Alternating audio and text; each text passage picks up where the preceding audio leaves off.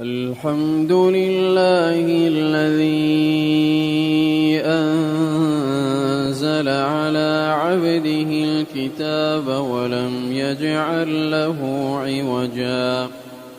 قيما لينذر بأسا شديدا من لدنه ويبشر المؤمنين الذين يعملون الصالحات أن لهم أجرا حسنا ماكثين فيه أبدا وينذر الذين قالوا اتخذ الله ولدا ما لهم به من علم ولا لآبائهم كبرت كلمة تخرج من أفواههم إن يقولون إلا كذبا فلعلك باخع نفسك على آثارهم إن لم يؤمنوا بهذا الحديث أسفا إنا جعلنا ما على الأرض زينة لها لنبلوهم أيهم أحسن عملا وإنا لجاعلون ما عليها صعيدا جرزا أم حسبت أن أصحاب الكهف والرقيم كانوا من آياتنا عجبا إذ أوى الفتية إلى الكهف فقالوا ربنا آتنا من لدنك رحمة وهيئ لنا من أمرنا رشدا فضربنا على آذانهم في الكهف سنين عددا ثم بعثناهم لنعلم أي الحزبين أحصى لما لبثوا أمدا نحن نقص عليك نبأهم بالحق إنهم فتية آمنوا بربهم وزدناهم هدى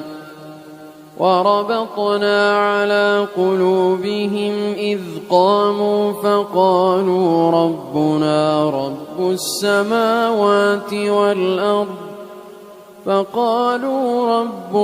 رب السماوات والأرض لن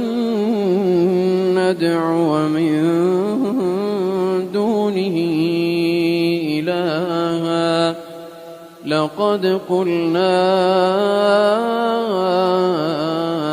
إذا شططا هؤلاء قومنا اتخذوا من دونه آلهة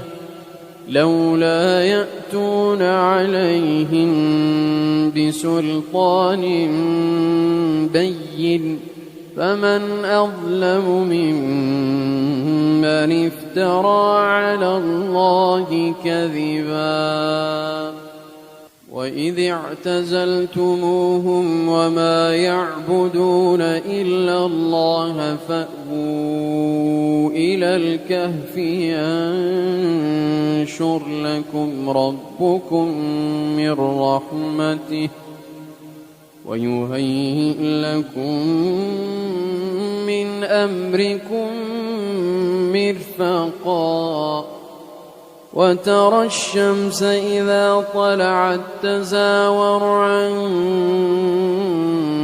كهفهم ذات اليمين وإذا غربت تقرضهم ذات الشمال وهم في فجوة منه ذلك من آيات الله من يهد الله فهو المهتد ومن يضلل فلن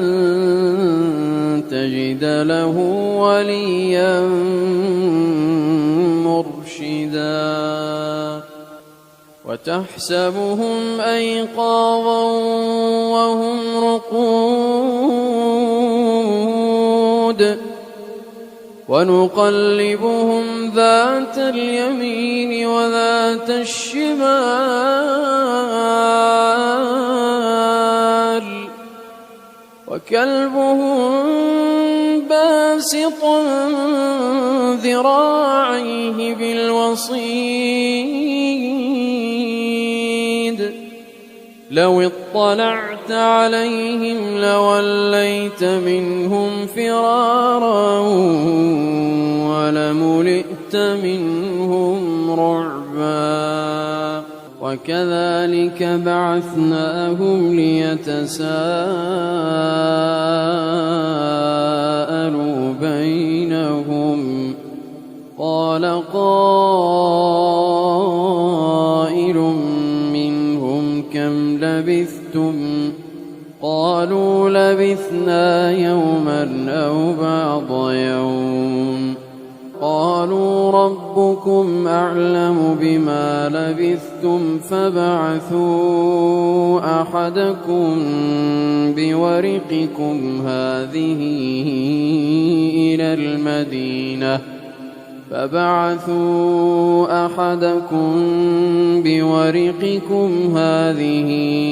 إلى المدينة فلينظر أيها